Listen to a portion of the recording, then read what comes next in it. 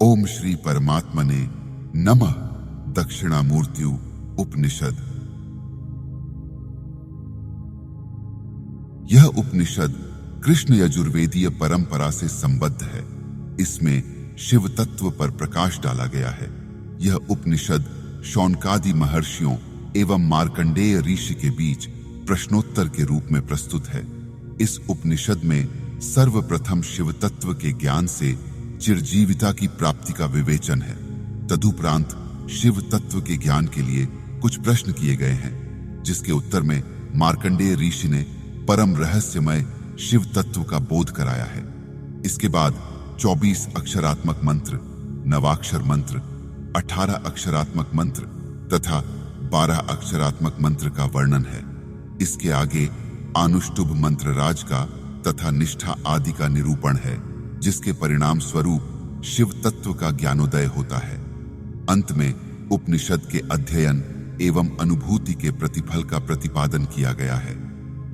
ब्रह्मावर्ते महाभांडीरवट मूले महासत्राय समेता महर्षयः शौनकादयस्ते ह समित्पाणयस्तत्व जिज्ञासवो मार्कंडेयम चिरंजीविनमुपसमेत्य पप्रच्छुः केन त्वं चिरं जीवसि केन वानंदमनुभवसीति। एक बार ब्रह्मावर्त देश में महाभांडीर नाम के वट वृक्ष के नीचे शौनकादि महर्षियों ने दीर्घ काल तक चलने वाला यज्ञ प्रारंभ किया। उस समय शौनकादि ऋषियों ने तत्व ज्ञान प्राप्त करने के लिए समितपाणी होकर चिरंजीवी मार्कंडेय ऋषि के सम्मुख आकर प्रश्न किया, हे महर्षि, आप चिरंजीवी कैसे हुए एवं दीर्घायु के साथ कैसे अपार आनंद की अनुभूति करते हैं? उन्होंने कहा कि मेरे चिरंजीवी होने का कारण परम गुप्त शिव तत्व का ज्ञान है। ऋषियों ने पूछा, वह परम रहस्यमय शिव तत्व का ज्ञान क्या है? उसका देवता कौन है? उसके मंत्र कौन से हैं? उसका जप मंत्र क्या है? उसके लिए मुद्रा कौन सी है? उसकी निष्ठा क्या है? क्या क्या उस ज्ञान के साधन हैं? उसका परिकर क्या है? उसमें बलि क्या है? उसका समय क्या है? उसका स्थान क्या है?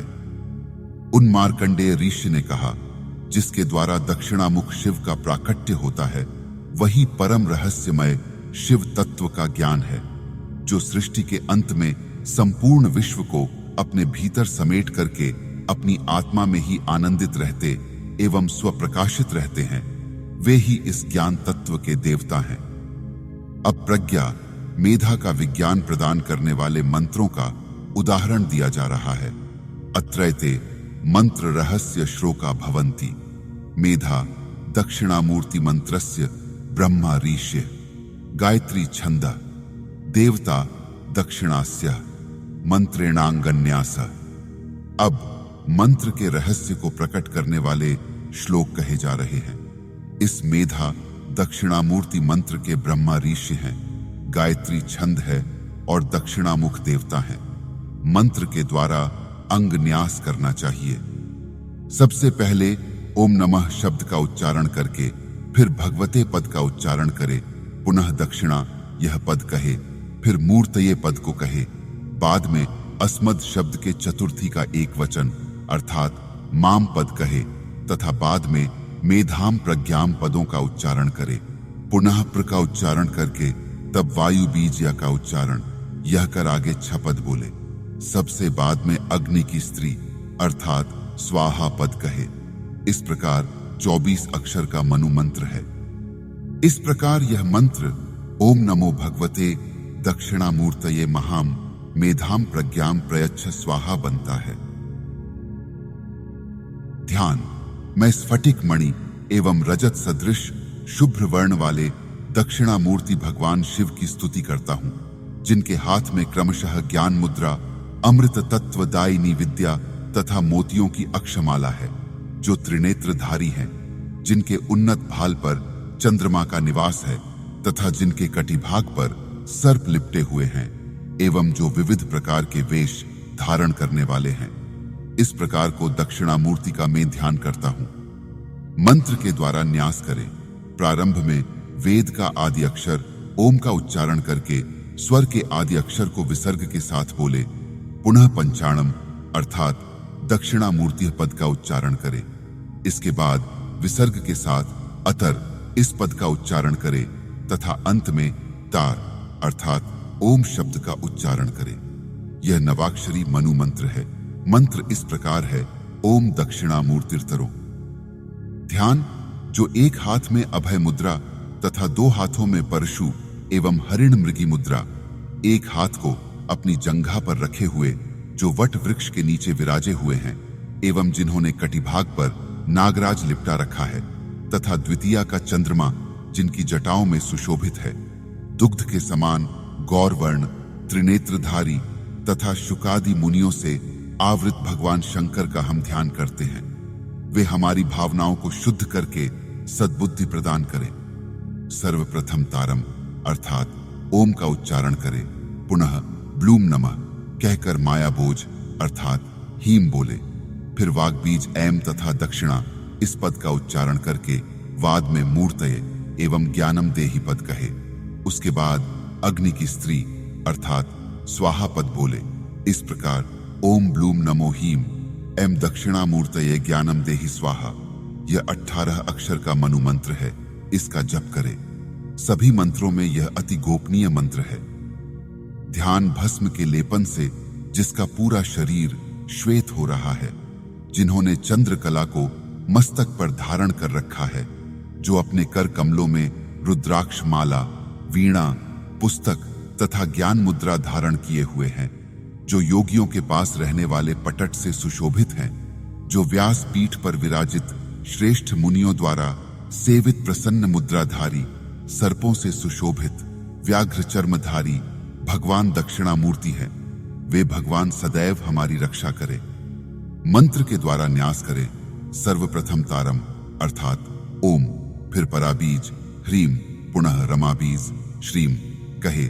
इसके बाद सांब शिवाय, पुनः तुभ्यम और अंत में स्वाहा का उच्चारण करे। इस प्रकार यह 12 अक्षर वाला मनु मंत्र है। मंत्र इस प्रकार बनता है, ओम ह्रीम श्रीम सांब शिवाय तुभ्यम स्वाहा। ध्यान, जिन भगवान शंकर ने अपने हाथों में वीणा, पुस्तक एवं अक्षमाला धारण कर रखी है, एक हाथ जिनका अभय मुद्रा में है तथा श्याम वर्ण के घनघोर बादल की तरह जिनका कंठ प्रदेश सुशोभित है, जो श्रेष्ठ से भी श्रेष्ठ है, जिनके कटिभाग पर नागराज शोभित है, जो वट वृक्ष के नीचे विराजमान है तथा शुकादि मुनियों से सेवित है, उन भगवान शंकर को मैं प्रार्थना करता हूं। इस मंत्र के विष्णु ऋषि अनुष्टुप छंद दक्षिणामूर्ति देवता हैं। इससे न्यास करें। सर्वप्रथम तार अर्थात ओम, पुनः नमो भगवते तुभ्यम, फिर वटमूल पद उच्चारण करे। इसके बाद वासिने पद कहकर वागीशाय कहे, फिर महाज्ञान एवं दाइने माइने पद को कहते हुए नमः शब्द का उच्चारण करे। मंत्र इस प्रकार हुआ, ओम नमो भगवते तुभ्यम बटमूल वासिने वागीशाय महाज्ञान दाइने माइने नमः। सभी श्रेष्ठ मंत्रों में उत्तम यह आनुष्टुभ मंत्र राज है। ध्यान, जिनके हाथ अभय मुद्रा, पुस्तक एवं अग्नितुल्य महाभयंकर सर्पों से सुशोभित हैं, प्रसन्न मुख वाले हैं, मोतियों के हार से सुशोभित हैं, चंद्रमा की कला से मुकुट अधिक शोभा पा रहा है, जो अज्ञानांधकार को समाप्त करने वाले हैं, जिन्हें वाणी से नहीं जाना जा सकता, जो आदि पुरुष हैं, सबके हैं, वट वृक्ष के नीचे निवास करने वाले भगवान शिव का अभीष्ट प्राप्ति के लिए हम ध्यान करते हैं। मौन मुद्रा वह परमात्मा मैं ही हूं, इस भाव की पूर्ण स्थिरता मृत्यु पर्यंत बनी रहे, वही निष्ठा है। मनु मंत्रों को परब्रह्म से अभिन्न मानकर बार बार उच्चारण अर्थात निरंतर जप करना ही ज्ञान का साधन है। उस परमात्मा में एकाग्र चित्त होकर ध्यान लगाना ही उपकरण सामग्री है।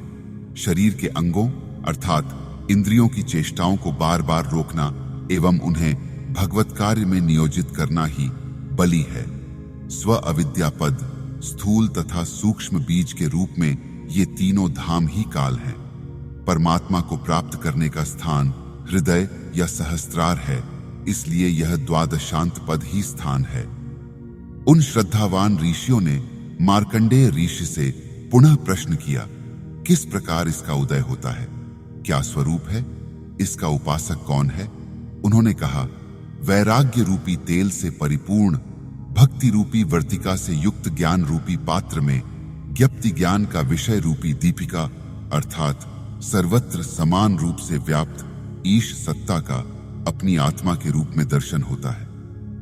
भगवत दर्शन के लिए ज्ञान भक्ति एवं वैराग्य की आवश्यकता है। इसके आते ही अज्ञानांधकार समाप्त होकर आत्मा रूपी दीपक स्वयं प्रज्वलित हो उठता है। अपने ज्ञान रूपी दंड से वैराग्य रूपी अरणि में मंथन चिंतन करके अज्ञानांधकार के समापन के लिए गूढ़ अर्थ अर्थात परम तत्व को जानने का प्रयास करना चाहिए। उस परम तत्व का दर्शन निरंतर ज्ञान और वैराग्य के परिपालन एवं चिंतन से ही संभव है। परम तत्व के बारे में चिंतन न करना ही पाश है। उक्त पाश से बंधे हुए द्वैतवाद से भयभीत व्याकुल मोहरूपी शनि अर्थात मृत्यु के मुंह में गए हुए विवेक रूप मार्कंडेय को परम तत्व का चिंतन फिर से जीवन दान करते हुए अर्थात आत्म तत्व का बोध कराते हुए परमात्मा के परम आनंद अपने स्वरूप में स्थित कर देता है। ब्रह्म को प्रकाशित करने वाली तत्व ज्ञान रूपिणी बुद्धि को ही दक्षिणा कहा है।